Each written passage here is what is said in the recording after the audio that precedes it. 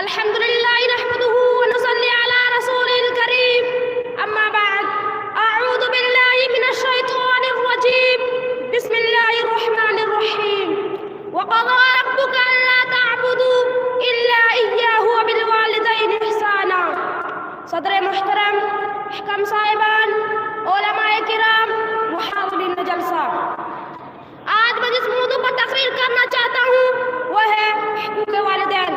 حضرات والدین کا مقام و مرتبہ بہت اونچا ہے کیونکہ اللہ تعالیٰ کے انعام و احسان کے بعد ہمارے اوپر سب سے بڑا احسان والدین کا ہے. اسی لیے شریعت اسلامیہ نے ہمیں والدین کے حقوق کو ادا کرنے کا مکلف بنایا ہے. والدین کی خدمت و فرمانبرداری اور ان کے ساتھ احسان کی دنیا و آخرت میں کامیابی کی منزل طے نہیں کر سکتا. اگر ہمیں دنیا و آخرت کی بھلائی و کامیابی چاہیے اور عذاب جہنم سے چھٹکارا چاہیے تو والدین کی فرمانبرداری ہم پر فرض ہے.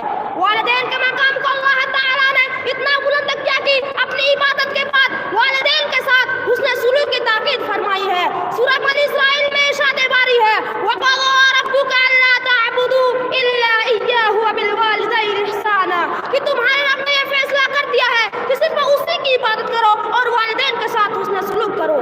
اللہ تعالیٰ نے والدین کے حقوق کی مزید وضاحت کرتے ہوئے فرمایا ہے إِمَّا يَبْلُغَنَّ عِندَكَ الْكِبَرَ أَحَدُهُمَا أَوْ كِلَاهُمَا فَلَا تَقُل لَّهُمَا أُفٍّ وَلَا تَنْهَرْهُمَا وَقُل لَّهُمَا قَوْلًا كَرِيمًا.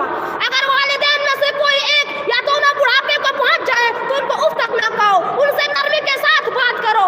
وَاخْفِضْ لَهُمَا جَنَاحَ الذُّلِّ مِنَ الرَّحْمَةِ وَقُل رَّبِّ ارْحَمْهُمَا كَمَا رَبَّيَانِي صَغِيرًا. ان دونوں کے لیے شفقت اور رحمت کے بازو پھیلا دو اور یہ دعا کرتے رہو کہ اے میرے رب ان دونوں پر رحم فرما جیسا کہ ان دونوں نے مجھے بچپن میں پالا. حضرات ان آیتوں سے ہمیں والدین کے مقام مرتبہ کا پتہ چلتا ہے کہ والدین کا مقام کتنا بلند ہے. حضرت عبداللہ بن مسعود رضی اللہ عنہ کا بیان ہے کہ میں نے رسول اللہ صلی اللہ علیہ وسلم سے سوال کیا کہ ای العمل حب الی اللہ, یعنی کون سا عمل اللہ تعالیٰ کو سب سے زیادہ محبوب ہے.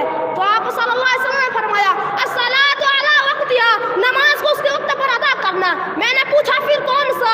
آپ صلی اللہ علیہ وسلم نے فرمایا بر الوالدین, یعنی والدین سے نیکی کرنا. محترم سامعین, اس حدیث میں رسول اللہ صلی اللہ علیہ وسلم نے والدین کی خدمت کرنے کو اللہ کے محبوب اعمال میں سے ایک عمل قرار دیا ہے. آپ صلی اللہ علیہ وسلم نے جہاد کا ذکر بعد میں کیا, والدین کی خدمت کا ذکر پہلے فرمایا, جو اس بات کی دلیل ہے کہ والدین کی خدمت کرنا, ان سے اچھا برتاؤ کرنا, ان سے نیکی کرنا جہاد سے افضل ہے. جیسا کہ حدیث نبوی میں ایک نوجوان رسول اللہ صلی اللہ علیہ وسلم کے پاس آیا اور کہا کہ میں آپ سے جہاد کے لیے اجازت طلب کرتا ہوں. تو آپ صلی اللہ علیہ وسلم احی الوالدات, کیا تمہارے ماں باپ زندہ ہیں؟ اس نے کہا ہاں, دونوں باحیات ہیں. آپ صلی اللہ علیہ وسلم نے فرمایا ففیہما فجاہد,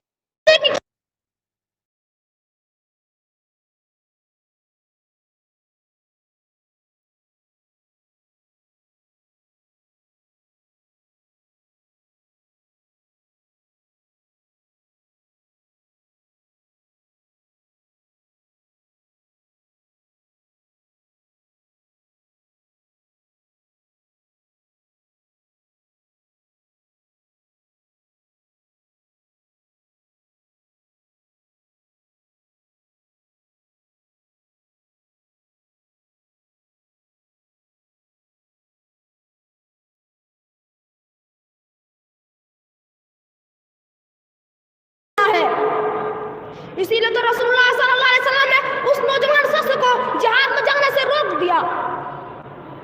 ہمارے نبی صلی اللہ علیہ وسلم نے فرمایا ثلاثۃ لا يدخلون الجنہ, 3 قسم کے بد نصیب لوگ ایسے ہیں جو جنت میں نہیں جائیں گے. ان میں سے پہلے نمبر پر شخص ہوگا جو العاق لوالدیہ, یعنی اپنے